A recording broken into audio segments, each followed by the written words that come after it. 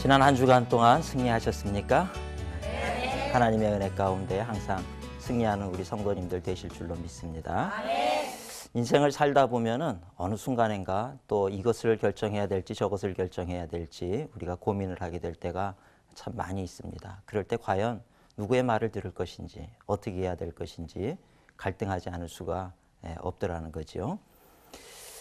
그때 저는 성경을 펼칩니다. 성경을 펴고 성경에 하나님께서 뭐라고 말씀하고 계시는가, 그 말씀에 귀를 기울이다 보면 지혜가 생기고 방법이 생기고 또 하나님의 인도하심을 받게 될 때가 많이 있습니다. 우리 성도님들도 어려운 날을 만날 때 성경을 펼치실 수 있는 그런 믿음의 사람들이 되시기를 바랍니다. 아멘. 성경에는 좋은 이점이 있습니다. 성경은 때로 제가 이 성경 말씀을 볼 때마다 이 성경은 참으로 우리에게 거울과 같은 역할을 해주는구나. 거울이라고 하는 게 여러분들 아침에 이렇게 거울에 비춰보면 내 옷매무새가 잘못된 거를 고칠 수도 있고 그렇죠. 나 자신을 볼 수 있는 길은 우리가 집에 걸려있는 그 거울을 통해서만 보는 것이 아니고 바로 이 성경 말씀, 우리의 인생을 비춰줄 수 있는 것이 바로 이 성경 말씀입니다. 그래서 이 말씀을 이렇게 비춰보다 보면 내가 지금 바른 길로 가고 있구나, 아니구나 하는 것을 우리가 발견하게 되더라는 거죠. 또 하나는 지도 같은 역할을 합니다. 요즘은 뭐 내비게이션이라는 게 나와가지고 치기만 하면 얼마나 인도를 잘하는지 몰라요. 근데 사실 성경 말씀이 우리 인생의 지도라고 하는 겁니다. 그래서 이 성경 말씀을 보다 보면 내가 지금 어느 길로 가고자 하는데 그 모든 길에 대한 그 안내가 이 성경 말씀 속에 있는 것을 보게 되죠. 거울과 같은 역할, 또 지도와 같은 역할, 그리고 또 하나 중요한 역할을 하는 것이 바로 모범 답안지입니다. 그러니까 우리가 이제 수능 시험을 본 지도 얼마 안 됐지만 시험을 칠 때 가장 궁금한 게 정답이거든요. 내가 친 게 맞는가 안 맞는가. 근데 이 성경 말씀은 우리가 인생을 살아가는 데 있어서 정말 중요한 모범 답안지가 된다라고 하는 것입니다. 그래서 이 성경 말씀이라고 하는 것은 있어도 좋고 없어도 좋은 것이 아니고 반드시 우리가 살아가는 데 있어서 있어야 될 필요한 것이라고 하는 것입니다. 저는 오늘 승리하는 신앙생활 이제 세 번째 시간인데요. 오늘은 하나님의 말씀이 해답입니다 라고 하는 제목으로 말씀을 전하려고 합니다. 하나님의 말씀이 우리 인생에 있어서 해답인 것을 믿으시기를 바랍니다. 승리하는 신앙생활을 위해서는 이 성경 말씀을 늘 가까이 해야 된다는 거예요. 근데 이 성경 말씀을 사람들은 뭐 하나의 도덕책, 윤리책 또는 뭐 철학책 이런 뭐 관념적이고 이성적인 그런 책으로 생각을 하기가 쉬운데 그렇지 않아요. 사람들이 태어나서 살면서 우리가 아는 것은 결국 뭐 세상을 살면서 내가 태어나서 지금까지 살면서 경험해왔던 그런 경험이라든지 지식이라든지 그런 건 우리가 알지요. 그러나 그 이전에 나라고 하는 존재가 어디에서 왔는가, 또 어디를 향해서 가고 있는가, 또 그 죽음 이후에는 어떻게 되는가, 이런 영적인 세계에 대한 나의 삶의 그 이전과 그 이후에 대한 것을 아는 사람이 없다는 거예요. 근데 이 성경 말씀은 오늘 우리에게 그와 같은 우리의 삶의 이전과 이후를 분명히 가르쳐주는 영적인 세계를 계시해주고 있는 그런 좋은 책이라고 하는 것입니다. 그래서 이 사실을 우리가 진리로 받아들일 수 있어야 된다는 거예요. 세상 사람들은 성경 말씀 무시하잖아요. 이 진리 아니라고 생각을 하고 거짓말이라고 생각하고 그런 일이 어떻게 있을 수 있냐, 그건 전설이다, 신화다 이렇게 얘기하지만 그들이 어떻게 이야기하느냐가 중요한 것이 아니고 오늘 우리에게 주어져 있는 이 성경 말씀은 하나님의 말씀이고 진리의 말씀이고 우리가 알지 못하던 그 모든 것들이 이 안에 담겨 있다라고 하는 것을 우리가 알고, 그래서 내 경험이나 지식을 의지하는 것이 아니라 하나님의 말씀을 늘 의지하고 살아갈 수 있는 그런 우리 성도님들이 되어야 될 줄로 믿습니다. 또 하나 이 성경 말씀 속에 주어져 있는 귀한 것은 히브리서 4장 11절에 보면 하나님의 말씀은 살아있고 운동력이 있다. 그래서 좌우에 날선 어떤 검보다도 예리해서 우리의 혼과 영과 및 관절과 골수를 찔러 쪼개는 능력이 있다는 거예요. 그러니까 이 말씀은 그저 그냥 우리 생각의 차원이 아니라 이 하나님의 말씀이 선포되어질 때 어떤 변화의 역사가 일어난다는 겁니다. 망치를 가지고 돌을 내리칠 때 깨어지지 않는 단단한 돌도 깨어지는 것처럼 이 하나님의 말씀을 붙잡고 있을 때 이 말씀이 운동력이 있다는 거예요. 그래서 이 하나님 말씀을 전하다 보면 마음이 완악한 자들의 마음도 깨어지게 되고 변화의 역사가 일어나고 내 삶에 있어서도 이 하나님의 말씀을 붙잡게 될 때 운동력이 있어서 이 말씀으로 인해서 우리의 환경이 변화되고 역사가 일어나는 것을 경험하게 되더라는 것입니다. 그래서 우리 그리스도인들이 하나님의 말씀을 붙잡고 산다라고 하는 것은 참 복된 일이라는 거예요. 근데 어떤 분들은 이 하나님 말씀 보면서 아이고 잠이 안 올 때 이렇게 좀 읽다 보면은 또 잠도 잘 오고 그래서 이제 그러시는데 어느 순간인가 그렇게 지겹게 여겨지던 이 하나님의 말씀이 어느 순간인가부터 우리가 믿음의 눈이 열려지고 이 마음속에 믿음이 생겨지기 시작하면서부터는 이 말씀이 꿀과 송이꿀보다 더단 귀한 말씀이 됩니다. 저도 대학교 3학년 때 이 하나님의 말씀에 그냥 푹 빠졌어요. 그러다 보니까 이 하나님의 말씀을 읽는 것이 너무나도 귀한 거예요. 그래서 저는 학교를 다니면서도 대학교 가는 전철 안에서 이 성경책을 펴놓고 그 성경책을 읽기를 시작을 했어요. 너무 귀한 말씀이어서 잠시도 눈을 뗄 수가 없어요. 밤에 자기 전에도 이 성경을 보게 되고 성경을 암송하고 그때 그렇게 정말 하나님 말씀을 읽으면서 꿀과 송이꿀보다 더 달다는 그 말씀의 의미가 무엇인가 그것을 제가 깨닫고 지금까지 제가 목회를 하면서도 그때 읽었던 그때 암송했던 그 많은 말씀이 지금까지도 제 삶을 지탱해주는 그런 힘이 되고 있는 것을 볼 수가 있습니다. 오늘 저는 이 하나님의 말씀이 해답이다라는 제목으로 세 가지 하나님의 말씀 속엔 운동력이 있다 그랬죠. 다른 말로 하면은 그것이 뭐냐면 바로 능력이라는 거예요. 하나님의 말씀 속에 어떤 능력이 있는가 세 가지 말씀을 잠시 전하고 함께 은혜를 나누고자 합니다. 하나님의 말씀 속에는 첫째로 창조의 능력이 있다는 거예요. 창조의 능력이. 그래서 우리가 구약 성경 제일 앞에 보면 태초에 하나님이 천지를 창조하시니라. 근데 그 하나님께서 태초에 천지를 창조하실 때 무엇으로 창조했습니까? 말씀으로 창조했다는 거잖아요. 그죠? 말씀으로 창조하시니 빛이 있으라 하시니 빛이 있었더라. 우리 사람들은 그 무에서 유를 창조하지 못합니다. 나무에서 산에 가서 나무를 잘라가지고 그런 나무를 가지고 이런 테이블을 만들기도 하고 바닥재를 만들기도 하고. 그러니까 우리는 유에서 유를 만드는 거죠. 근데 하나님은 무에서 유를 창조하신다는 거예요. 아무것도 없는 흑암 같은 곳에서 빛이 있으라 하시니 그 필요에 의해서 빛이 생겨지더라. 그러니까 말씀으로 하나님께서는 천지를 창조하셨다는 겁니다. 제가 좋아하는 말씀이 로마서 4장 17절 말씀이 있어요. 그래서 로마서 4장 17절의 말씀은 사도 바울이 하는 이야기인데 하나님은 죽은 자를 살리시며 없는 것을 있는 것처럼 부르시는 이시니라. 그 말씀이 참 신기하지 않습니까? 죽은 자를 살리시며 거기까지는 이해가 되는데 죽은 자도 살리는가 보다. 근데 그 뒤에 말씀을 보면 없는 것을 있는 것처럼 부르시는 이시니라. 우리는 인생을 살면서 늘 어떻게 생각을 하냐면 없는 건 없는 거예요. 우린 그거 없어요. 없습니다. 안 됩니다. 뭐 그렇게 얘기하지만 하나님은 없는 것도 있는 것처럼 부르신다는 겁니다. 그래서 어떻게 생각을 하면 이런 부조리가 어디 있어요? 이런 부조화가 어디 있습니까? 모순이죠. 없는 건 없는 거고 있는 건 있는 건데 우리는 없는데 하나님은 있다라고 얘기를 하신다는 거예요. 그 말씀의 의미가 뭔가 가만히 생각을 해보면 하나님은 이 천지를 창조하실 때도 무에서 유를 창조하셨다는 겁니다. 그 말의 의미는 지금 나에게 없어도 내가 이 하나님의 말씀을 읽다 보면 지혜가 부족한 사람은 지혜가 생겨져요.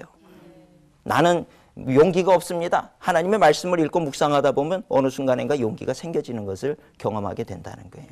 그 자녀들에게도 이 하나님의 말씀을 읽는 것을 자꾸 가르치고 그래서 어려서부터 하나님의 말씀을 읽다 보면 그 아이에게 부족하다고 생각했던 거 우리 아이는 지혜가 부족합니다. 근데 하나님의 말씀을 읽다 보니까 어느 순간인가 지혜가 생겨지더라는 거예요. 우리 아이는 소심합니다. 잘 나가서 이 얘기도 잘 못하고 발표도 잘 못합니다. 그런데 어느 순간인가 하나님의 말씀을 읽다 보니까 아이가 담대해지기를 시작하고 사람들 앞에서 이야기를 하게 된다는 거예요.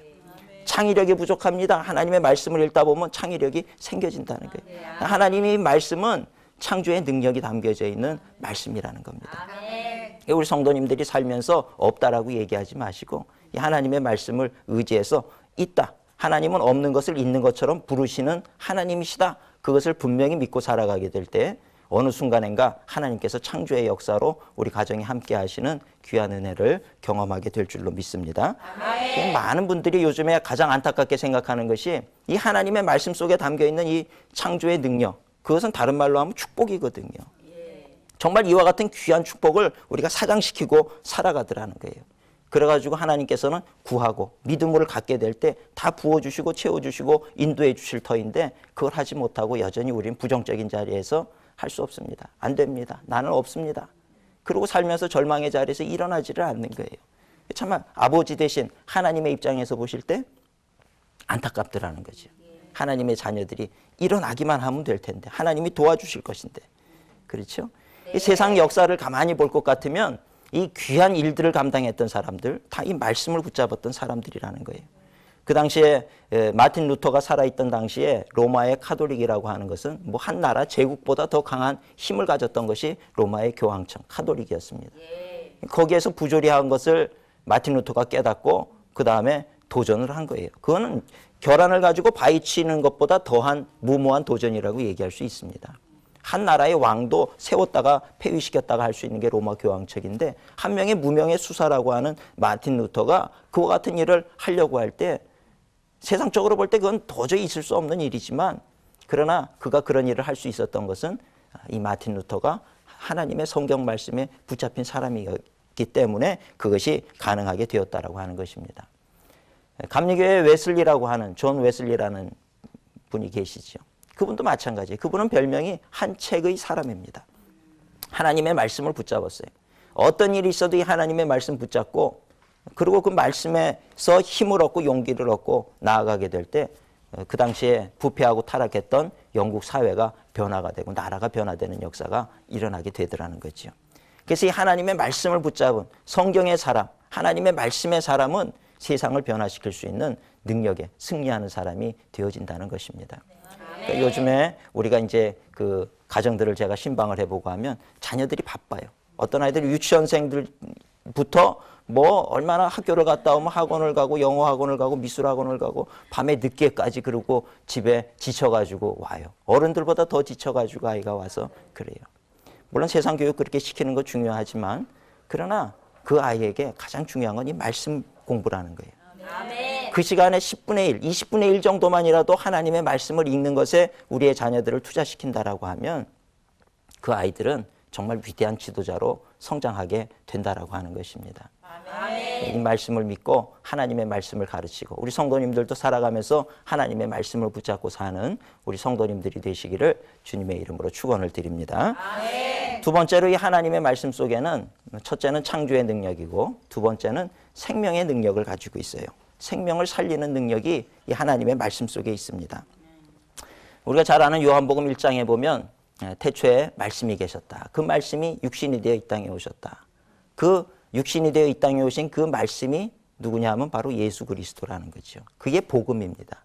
사실 복음이라고 하는 거 우리가 늘 말은 하지만 복음을 한 단어로 줄여서 얘기를 하라 그러면 예수 그리스도예요. 예수님이 우리의 복음이 되시는 거죠. 그분이 우리를 죄와 저주의 사슬에서 우리를 끊으시고 우리를 구원해 주신 분이시기 때문에 예수 그리스도가 복음입니다. 근데 예수님께서 뭐라 그러셨냐면 나는 곧 길이요 진리요 생명이라. 그래서 이 하나님의 말씀이 있는 곳에 예수 그리스도가 있는 곳에 생명이 있다는 거예요. 그래서 예수님께서 죽은 나사로를 말씀으로 살리시잖아요. 말씀의 생명의 능력이 있기 때문에 나사로야 나오라. 세상 사람들은 안 된다고 했지만 예수님께서 나오라 하시니 죽은 나사로가 나오더라는 겁니다. 또 회당장 야이로라고 하는 회당장의 딸이 죽었어요. 사람들은 다 죽었습니다. 예수님은 아니다 잔다. 사람들이 비웃었단 말이에요. 그러니까 우리가 이 믿음을 갖는다는 게 참 그런 것 같아요. 우린 성경 말씀을 붙잡고 의지하려고 그러면 세상 사람들은 늘 우리를 조롱합니다. 비웃습니다. 그런 일이 있을 수 있느냐? 안 된다. 어리석다. 얘기를 하는 거예요. 근데 그 당시에도 나사로를 살릴 때도 예수님의 모습을 보면 특이한 것을 우리가 깨닫게 되는데 예수님께서는 죽지 않았다. 사람들은 죽었다. 살 수 있다. 사람들은 못 산다. 예수님은 말이 안 되는 걸 얘기하고 사람들은 말이 되는 얘기를 하는 것처럼 들리지만 결국은 누가 옳았습니까? 그렇죠. 시간이 지나고 보니까 예수님이 옳더라는 거예요. 그럼 돌문을 일단 치워봐라. 치웠어요. 나사로야 나오라. 그러니 정말 걸어 나오더라는 겁니다. 세상 사람들은 그걸 이해를 못하는 거예요. 믿음이 없는 사람은 이해를 하지 못하는 거죠. 그러나 하나님의 말씀은 우리의 생각을 초월하는 하나님의 능력이 있다라고 하는 것입니다. 그러니까 우리가 늘 이 하나님의 말씀을 붙잡게 될 때 생명력으로 충만한 인생을 살게 되는 줄로 믿습니다. 이 죽은 나사로를 살릴 때도 말씀으로 살리고 야이로의 죽은 딸을 살릴 때도 말씀으로 살리고 이 말씀에는 생명력이 있기 때문에 그렇다는 거예요. 그 카나다 위에 바핀 아일랜드라고 하는 섬나라가 있어요. 근데 이 섬나라에서는 얼마나 그 살인, 뭐 안 좋은 거, 강도, 뭐 그런 부부간에도 아내를 때리고 뭐 그런 일들이 죄가 아주 그냥 관영했던 땅이 바로 그 캐나다 위에 있는 바핀 아일랜드라고 하는 섬나라였어요. 근데 영국의 한 선교사님이 어느 날 그곳으로 선교를 와서 복음을 전했어요. 복음을 전하다가 이분이 그만 그 사냥총을 들고 가다가 이 사냥총을 잘못 쏴가지고 본인이 맞아가지고 이 선교사님이 그만 이제 순교를 하게 됐어요. 그러고는 이제 시간이 지났어요. 어떻게 보면 우리가 잘 이해가 안 되는 거죠. 하나님 당신의 일을 하는데 이런 사고가 왜 일어나야 됩니까? 근데 그건 아무도 몰라요. 하나님께서 어떤 계획이 있으신지, 어떤 일이 있으신지, 그 땅에 어쩌면 순교의 피가 흘러야 되기 때문에 그러셨는지, 어쩌는지 우리는 뭐 아직까지도 잘 모릅니다. 그런데 그분이 돌아가시고 난 다음에 그 복음의 씨앗이 그곳에 와서 그 선교사님이 복음의 씨앗을 뿌렸으니까, 그리고 뭐 오래 목회는 못했지만 그분이 돌아가셔서 이제 그 땅에 복음이 전해지질 않았어요. 근데 그 복음을 들었던 그 어린아이들이 성장을 한 거예요. 성장을 했는데 이 아이들이 그 마음속에 그 복음의 씨앗이 심겨졌던 것들이 자라기를 시작을 했어요. 그래서 이 아이들이 어느 날인가 교회라고 하는 곳에 모여가지고, 뭐 교회가 작죠, 마을에. 거기에 모여가지고 이 아이들이 기도를 하는데 막 성령의 뜨거운 역사가 나타나기를 시작을 한 거예요. 방언을 하고 굉장히 뜨거운 그런 신앙이 되기를 시작했어요. 근데 놀라운 것은 그들의 기도로 말미암아서 그 바핀 아일랜드 땅에 사는 사람들이 전부 다 교회로 점점 몰려오기를 시작을 하는 거예요. 하나님을 찬양하는 일들이 일어나고 그 땅의 사람들이 얼마나 하나님을 찬양하고 그렇게 변화가 됐는지. 근데 더 신기한 건 뭐냐 하면 그렇게 살인이 있고 나쁜 짓을 하고 폭력이 있고 그래서 살 수 없는 저주받은 땅처럼 여겨졌던 그 땅 가운데 회개의 역사가 일어나고 기도하니까 성령이 임하게 되고 하면서부터 놀라운 현상이 땅에서 꽃이 피어나기를 시작을 하는 거예요. 앞바다에 나가서 그물을 던져도 고기가 없었는데 고기들이 어디선가 살아오기를 시작을 했어요. 새가 날아오기를 시작을 하고 그 땅이 지옥과도 같은 땅이 천국으로 변화가 되더라는 겁니다. 이 복음이라고 하는 것은 사람만 변화시키는 것이 아니고 환경도 변화시킨다는 거예요. 그건 왜 그렇습니까? 예수 그리스도는 모든 세상 만물의 구주가 되시기 때문이더라는 거예요. 우리가 요즘 안타까운 것은 북한 땅을 바라볼 때 정말 내 동포지만 안타까운 마음을 갖게 되죠. 이제 또 추운 겨울인데 또 그들이 어떻게 지날까 생각을 하면 참 안타까운 마음이 들게 된다는 겁니다. 근데 북한이라고 하는 것도 우리가 참 동포의 나라고 우리의 나라이기 때문에 또 한 형제이기 때문에 어떻게 정말 이 뭐 끊어버릴 수도 없고 그렇죠.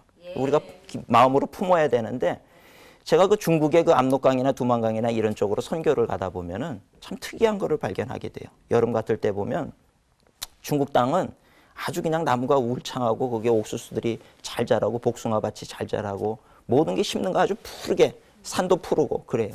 근데 똑같은 강줄기를 받고 있지만 그 강 건너편에 있는 북한 땅을 바라보면 다 헐벗었어요. 옥수수를 심어도 자라지를 않고 거기는 뭐를 심어도 되지를 않아요. 그리고 뭐 월드비전이나 이런 곳에서 씨감자를 전해줘가지고 그렇게 농사가 잘 됐어도 또 그래서 수확을 거두려고 그러면 홍수가 와가지고 또 그걸 다 쓸어 내려가 버리고. 그러니까 여전히 그 악순환이 반복이 되고 굶주리고 기아선상에서 있는 그런 나라더라는 거예요. 그러니까 제가 그걸 가만히 생각을 했어요. 왜 그럴까? 똑같은 압록강물에, 똑같은 두만강물에 그렇게 영양분을, 시냇물을 그렇게 공급을 받으면서도 중국이라고 하는 땅은 잘 돼요. 요즘 얼마나 잘 되는지 모릅니다. 근데 중국 땅에 가보면 기독교가 얼마나 번성하는지 몰라요. 얼마나 뜨거운 신앙을 가지고 가서 말씀을 전한다 그러면 3시간, 4시간 전부터 와서 기도하고 준비하고 있어요. 그리고 기도를 하면서 그렇게 뜨겁게 일어나고 있어요. 중국 땅에. 제가 그걸 보면서 이 민족 가운데 복음의 씨앗이 다시 떨어지기를 시작을 하니까 저들이 저렇게 변화가 되는구나. 북한 땅엔 잘 됐죠. 잘 사는 나라였어요. 어떨 때까지는 언제까지는 우리 남한보다도 더 잘 살았다 그래요. 그런데 어느 순간인가부터 그 나라가 어려워지기를 시작을 하는 거예요. 보면 그 땅이 공산화가 되면서 기독교 교회들을 다 몰아냈기 때문에 복음이 사라졌기 때문에 그렇다는 것입니다. 그 민족이 뭐 살아야 될 길, 잘 되는 길이 어딨냐? 많은 사람들이 연구를 하고 경제적으로 뭐 이제 공업 원조를 해주고 뭐를 해주고 얘기하지만 사실 그 땅이 잘 되는 비결은 한 가지밖에 없어요. 복음이 다시 들어가는 길밖에 없습니다. 그 바핀 아일랜드라고 하는 땅이 그렇게 저주받았던 땅이 그렇게 변화가 되고 생명력이 살아나고 새가 다시 깃들고 곡식이 자라나기를 시작하고 꽃이 피기를 시작하고 가정의 웃음이 피어나기를 시작한 것처럼 북한이라고 하는 곳에도 예수 그리스도 복음이 전파되어지게 될 때 저들이 그를 믿게 되어질 때 정말 그 땅 가운데도 새로운 생명의 역사가 나타나게 될 줄로 믿습니다. 아멘. 그러니까 이 복음이라고 하는 거 예수 그리스도는 그 자체가 생명의 원천이 되시기 때문에 그렇다는 것입니다. 아멘. 우리의 생활에 있어서도 마찬가지예요. 여러분들 그 성경 말씀을 안 읽고 세상을 늘 바라보면 늘 처지게 돼 있어요. 이렇게 힘들고 어렵고. 근데 하나님의 말씀을 읽다 보면 아까도 말씀드렸듯이 첫째는 그런 창조의 역사가 나타나기도 하지만 두 번째로는 이 생명의 에너지가 내 안에서부터 넘쳐나게 되는 거예요. 남들은 다 어렵다 힘들다 그러는데 왠지 하나님의 말씀을 읽었더니 내 안에서는 소망이 넘쳐나게 되고 생명력이 넘쳐나게 되고 그래서 이웃들에게도 희망을 전하는 자가 된다는 것입니다. 아멘. 우리 그리스도인이 이 어려운 시기에 살아간다라고 하는 것이 가지고 있는 의미는 뭐냐 하면 우리 그리스도인들은 희망을 전하는 사람들이라는 거예요. 아멘. 남들은 다 안 됩니다. 절망입니다. 이렇게 얘기할 때 우리는 안 되긴 왜 안 돼요? 하나님이 함께 하시는데. 됩니다. 하나님께서 도우실 것입니다. 말씀을 읽으세요. 하나님의 도움을 구하세요. 그러면 모든 것이 다 변화가 되고 하나님의 도우심 가운데 우리는 다시 일어날 수 있습니다. 하나님이 이 나라를 사랑하십니다. 이런 분명한 믿음을 전하는 희망의 전도사의 역할을 감당하는 것이 이 시대를 살아가고 있는 우리 그리스도인들의 모습이 되어져야 된다는 것입니다. 아멘. 오늘 이 생명의 에너지가 충만하신 우리 성도님들이 되시기를 바랍니다. 아멘. 세 번째로는요, 이 하나님의 말씀 속에 담겨 있는 능력은 만물이 복종하는 권세가 있다 이 말이에요. 만물이 복종하는 권세, 그것을 가지고 있는 것이 바로 이 하나님의 말씀입니다. 성경에 보니까 풍랑을 예수님께서 말씀을 하시니까 풍랑도 잠잠해지잖아요. 그죠? 네. 풍랑이 몰아치니까 그 제자들이 죽게 되었습니다. 이제 우리 어떻게 해야 됩니까? 그럴 때 예수님께서 그 제자들에게 두려워하지 마라. 그리고 풍랑아 잠잠하라 하니까 어떻게 됩니까? 그 우리를 죽일 것 같던 그 풍랑이 잠잠케 되더라는 겁니다. 상식적으로는 납득이 되지 않아요. 그러나 상식적으로 내가 납득하느냐 안 하느냐가 중요한 것이 아니고 하나님의 말씀에는 여전히 그와 같은 권세가 있고 능력이 있다라고 하는 것입니다. 아멘. 만물을 복종시킨다는 거죠. 환경을 복종시키게 할 뿐만 아니라 또 하나는 어둠의 권세들, 악한 영들, 그 권세를 제어하는 능력이 하나님의 말씀 속에 있다는 거예요. 그걸 분명히 믿으시기를 바랍니다. 아멘. 어떤 분들은 악한 영, 천사 이런 얘기하면 아이 그런 게 어디 있습니까? 그렇게 얘기하는 분들이 많이 계세요. 그리스도인들 중에서도 그런 얘기하면 아유 그런 얘기를 하시지 말라. 그 이제 뭐 교양 있게 그냥 이렇게 우리가 그냥 바르게 그렇게 살아갈 수 있는 말씀을 전하면 좋겠다 그래요. 근데 천사나 악령이라고 하는 이야기가 귀신이라고 하는 이야기가 성경에 보면 굉장히 많이 나옵니다. 예수님도 3분의 1 이상의 사역이 바로 그 악한 것들을 쫓아내고 병든 자를 치유하고 어떤 분은 난 하나님은 믿고 예수님은 믿지만 그 외에 뭐 천사니 악한 영이니 이런 건 믿지 않는다. 그거는요 성경을 제대로 믿지 않는 거예요.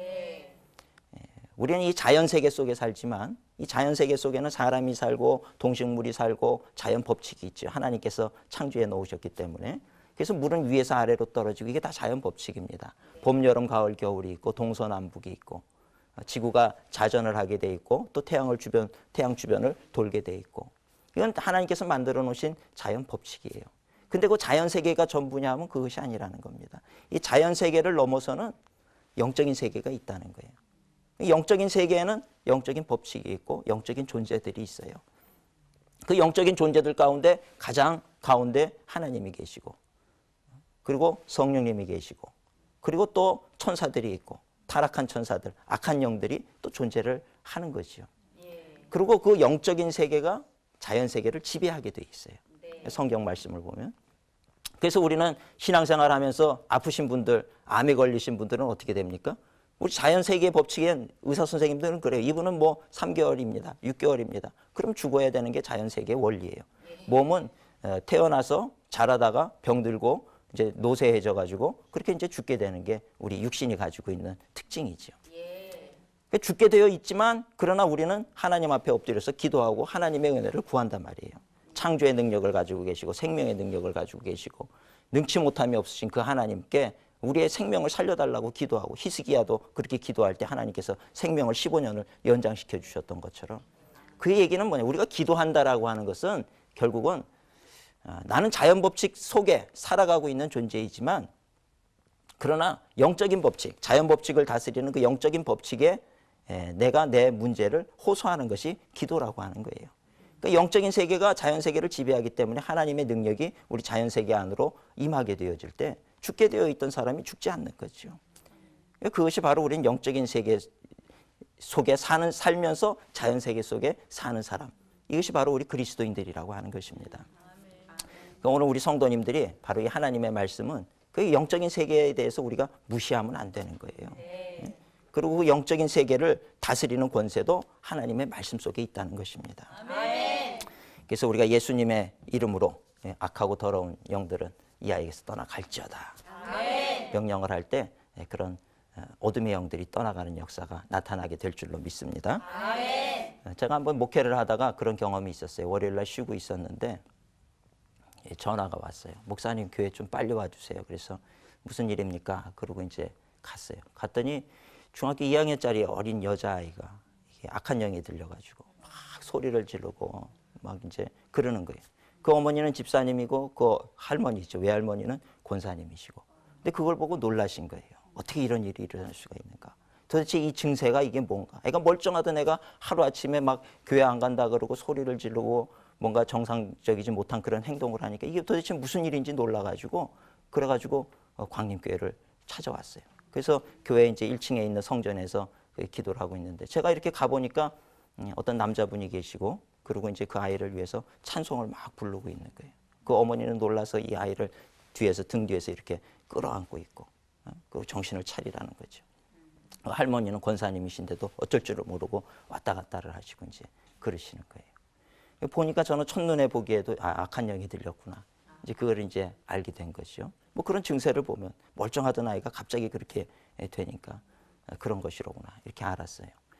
그리고 갔더니 언제부터 왔냐 그러니까 저녁 6시부터 제가 갔던 시간이 밤 10시가 넘었을 때인데 그러니까 뭐 한 4시간 동안을 그러고 이제 옆에 계신 분은 이제 그 아이가 이제 뭔가 영적으로 잘못됐다라고 하는 걸 알고 옆에서 이제 찬송을 불러주는데 찬송을 4시간 넘게 그렇게 부르고 있었던 거예요. 근데도 뭐 이 아이는 그냥 4시간 동안 온몸에 긴장을 풀리지를 않고 그렇게 소리를 지르고 제가 가서 보니까 누구시냐 이제 그분들이 물어봐요. 다른 교회 다니시던 분들이었기 때문에 제가 이 교회 목사입니다. 그리고 이제 이거는 성경적으로 이제 얘기를 했죠. 악한 영이 들려서 그런 거고 우리가 예수 이름으로 대적을 하면 쫓아내고 온전하게 될 수가 있습니다. 걱정하지 마십시오. 이제 그렇게 얘기를 했더니 이제 그 말에 적잖이 위로를 받고 그럼 목사님 어떻게 좀 해주세요. 그러시더라고요. 그래서 이제 제가 그 아이에게 머리에 손을 얹고 기도하기를 시작을 했어요. 기도하는데 제 마음속에 오늘 이 성경의 말씀에 대한 확신이 주어지더라고요. 하나님의 말씀에 능력이 있다라고 하는 이 말씀에 대한 확신이 있어요. 그 예수 그리스도의 이름으로 악한 영들이 쫓겨나갔다라고 하는 것이 신약 성경에 보면 얼마나 많이 나와 있는지 몰라요, 사실은. 근데 우리는 그걸 알면서도 활용을 못 하는 거예요. 찬송가를 4시간씩 해도 변화가 없어요. 그냥 찬송을 부르기만 해도 뭐 그것이 찬송을 안 부르는 것보다는 낫죠. 그러나 그렇게 부른다고 해서 그 찬송에 능력이 있는 것이 아닙니다. 명령을 해야 되는데 하나님의 말씀을 붙잡고 선포를 해야 되는데 그래서 제가 그 아이에게 기도를 따라 시켰어요. 예수님 나는 주님의 자녀가 되었습니다. 주님의 자녀가 되었습니다. 이걸 이제 따라서 다 고백을 시키고 그리고 예수님의 보혈의 피로 내 죄를 사해 주셔서 감사합니다. 나는 죄로부터 자유케 되었습니다. 그거를 이제 선포를 시키는데 예수님의 피로 그러니까 그걸 잘 고백을 못 하는 거예요. 떠듬떠듬해서 제가 머리에 손을 얹고 악한 영, 이 아이를 주장하고 있는 악한 영은 잠잠할지어다. 그리고 이제 그 고백을 이제 시킨 거지요. 그랬더니 결국은 떠듬떠듬하다가 예수님의 보혈로 내 죄를 사해 주신 것을 내가 믿습니다. 아멘. 그리고 이제 고백을 했어요. 그래서 제가 그 다음에 머리에 손을 얹고 악하고 더러운 영은 이제 이 아이가 고백한 것을 들었지. 이 아이는 하나님의 자녀다. 내가 이제 나사렛 예수 이름으로 명하노니 이 아이에게서 떠나갈지어다. 아멘. 그렇게 했더니요. 제가 간지 5분도 안 돼가지고 떠나갔어요.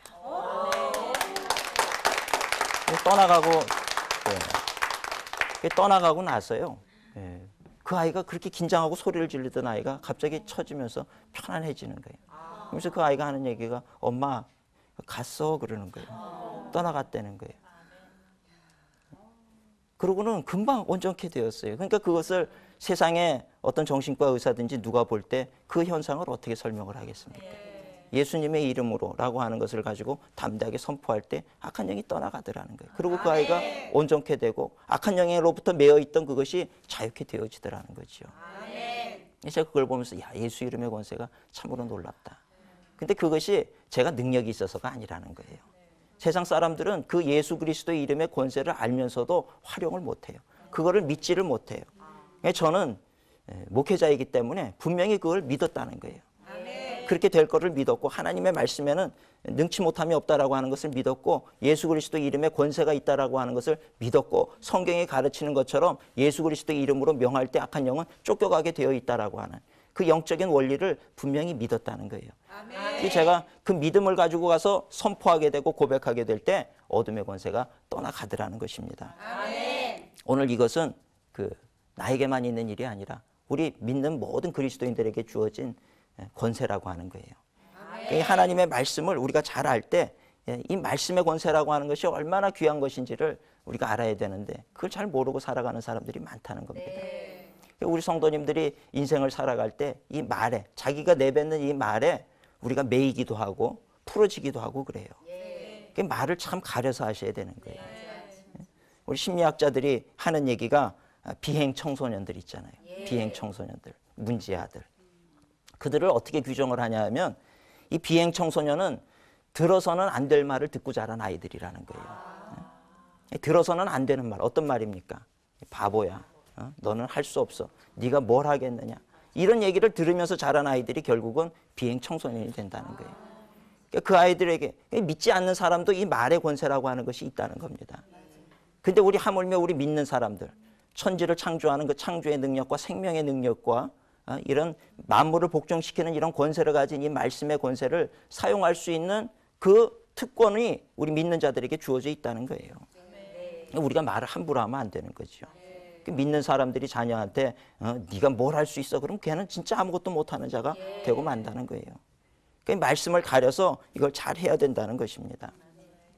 우리 성도님들이 말할 때 내 말하는 대로 된다라고 하는 것을 분명히 아시고 말을 가려서 부정적인 얘기는 하지 마시기를 바랍니다. 부정적인 얘기는 절대 하시면 안 되는 거예요. 늘 어렵고 힘들고 내 생각에는 안 될 것 같고 내 마음은 불안하고 그래도 아들아 너는 할 수 있어. 하나님이 함께 하시니까 안 되는 것 같아도 너는 될 거야. 말로 자꾸 하시는 거예요. 너는 애가 왜 그렇게 지혜가 없냐가 아니고 너는 지혜가 없어 보이지만 너 안에 지혜가 이미 있어. 하나님께서 지혜도 주실 것이고 용기도 주실 것이고 그러니 네가 하나님을 믿는 믿음을 가지고 나아가면 네가 세상을 다스리는 지도자가 될 것이다. 말을 자꾸 그렇게 하시기를 바랍니다. 가정에서 남편들한테도 마찬가지예요. 잘하셔야 돼요. 당신은 할 수 있습니다. 그래야지 아유, 그냥 가슴을 치면서 내가 왜 저런 사람을 만나가지고 그러시면 안 되는 거지. 그죠? 다. 결국은 내 가정을 그렇게 어렵게 만드는 것은 다른 데 달려있지 않아요. 내가 어떻게 얘기하고 어떻게 고백했느냐에 달려있다는 겁니다. 성경 로마서에 보면 사람이 마음으로 믿어서 의에 이르고 그죠? 입으로 시인하여 구원에 이르느니라. 입으로 시인한다라고 하는 게 그만큼 중요하다는 거예요. 그러니까 말을 정말 이 놀라운 이 권세가 우리에게 주어져 있는데 이 권세가 주어져 있는 것을 잘 활용하시기를 바랍니다. 그래서요 우리가 이제 살아가는 데 있어서 이 하나님의 말씀에 이런 권세가 있다는 것을 들으셨잖아요. 그럼 이제부터는 이 말씀을 잘 사용을 해야 되겠죠. 그래서 우리가 이제 살아갈 때 하나님의 말씀을 매일 읽으시기를 바랍니다. 매일이 하나님의 말씀을 읽을 때 믿음이 생겨지는 거예요. 하나님의 말씀을 또 믿음으로 받아들일 때 생명력으로 충만해지게 되는 겁니다. 그리고 또 이 하나님의 말씀을 믿음으로 받을 뿐만 아니라 또 순종해야 되겠죠. 그죠?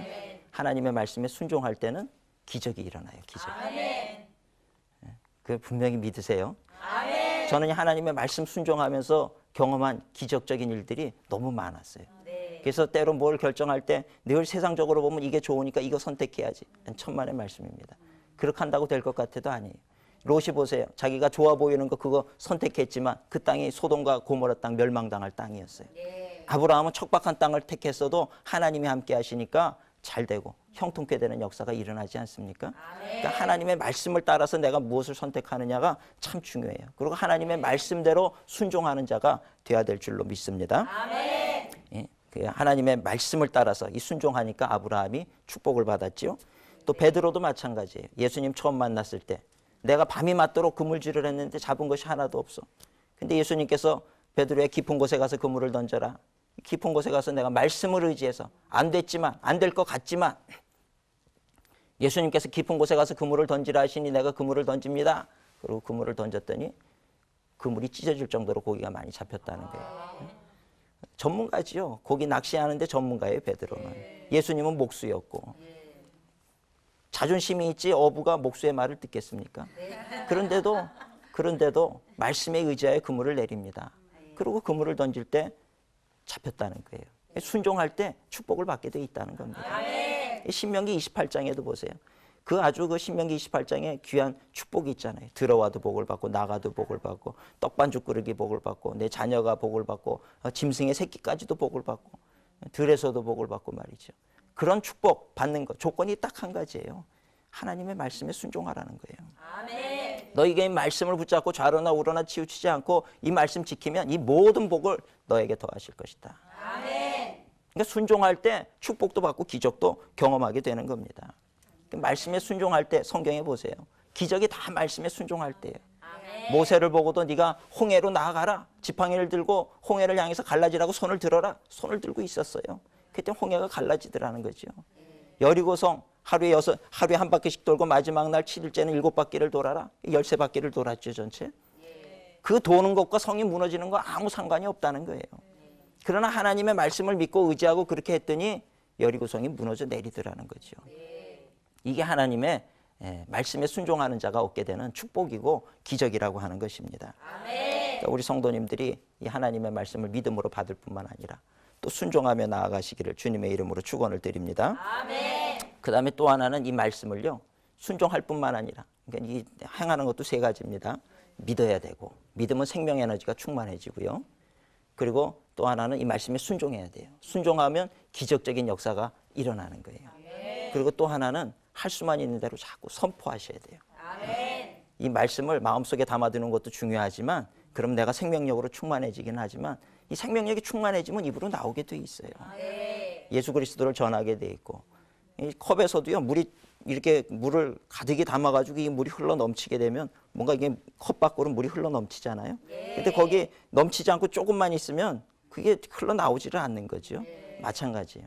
나도 하나님의 말씀을 많이 읽었더니 생명력으로 충만해지니까 그 다음부터는 예수 그리스도를 전하게 돼 있고 하나님의 은혜를 전하게 돼 있고 자꾸 전하게 된단 말이죠. 내 마음 안에만 두는 게 아니고 그러니까 하나님의 말씀도 마찬가지입니다. 이거를 자꾸 이제 선포하는 것이 중요하다는 거예요. 그래서 자꾸 선포하게 될 때 놀라운 역사가 일어납니다. 창세기 1장에 보면 재미있는 말씀이 있어요. 태초에 천지를 창조하실 때 하나님의 신이 성령님이시죠. 하나님이 신이 수면 위에 운행하시니라. 수면 가운데 운행하셨다는 거예요. 성령님이 함께 하셨다는 겁니다. 근데 중요한 건 아무 일도 일어나지 않았다는 거예요. 아무 일도 일어나지 않았어요. 수면 위에 있었는데 그 다음에 어떻게 하냐면 빛이 있으라. 말씀이 주어졌다는 거예요. 말씀이 선포가 되니까 성령이 역사를 하셔가지고 빛이 생겨지더라는 겁니다. 오늘 우리가 말씀 많이 읽고 기도하고 그러면 성령이 우리 안에 충만해져요.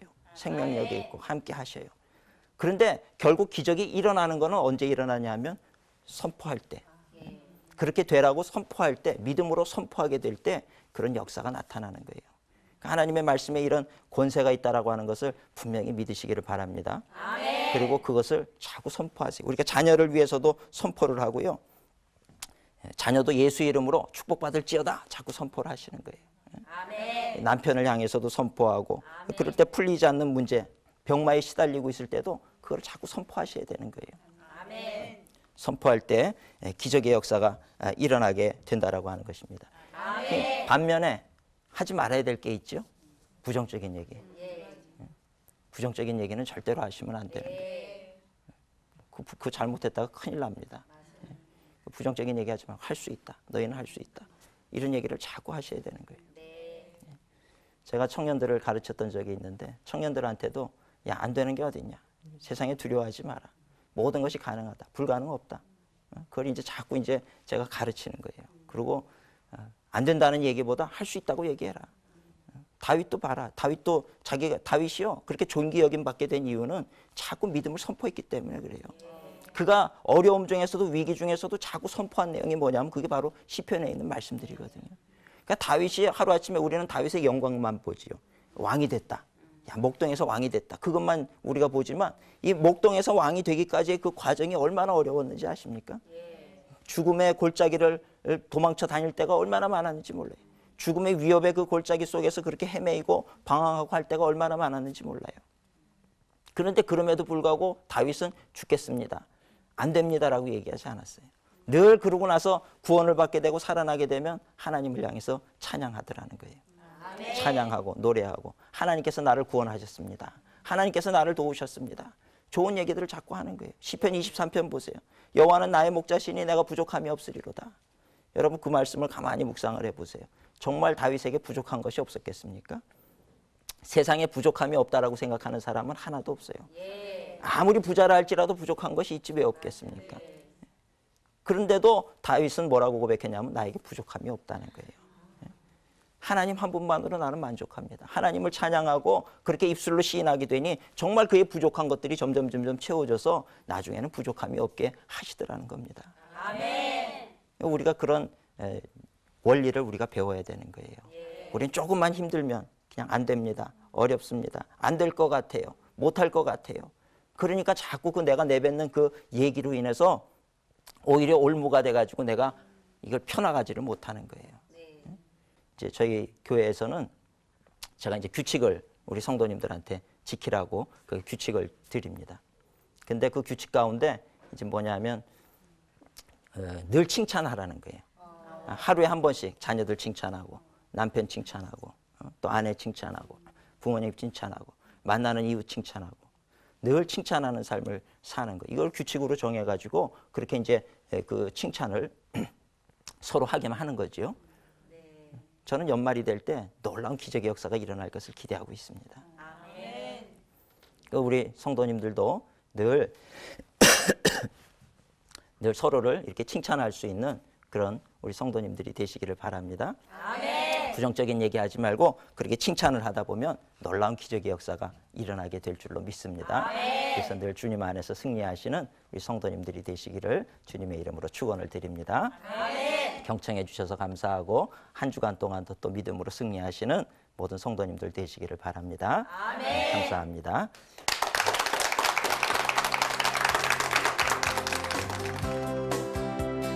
하나님의 말씀은 창조의 능력이 담겨져 있는 말씀이라는 겁니다. 우리 성도님들이 살면서 없다라고 얘기하지 마시고 이 하나님의 말씀을 의지해서 있다, 하나님은 없는 것을 있는 것처럼 부르시는 하나님이시다, 그것을 분명히 믿고 살아가게 될 때 어느 순간인가 하나님께서 창조의 역사로 우리 가정에 함께 하시는 귀한 은혜를 경험하게 될 줄로 믿습니다. 하나님의 말씀은 우리의 생각을 초월하는 하나님의 능력이 있다라고 하는 것입니다. 그래서 내 경험이나 지식을 의지하는 것이 아니라 하나님의 말씀을 늘 의지하고 살아갈 수 있는 그런 우리 성도님들이 되어야 될 줄로 믿습니다.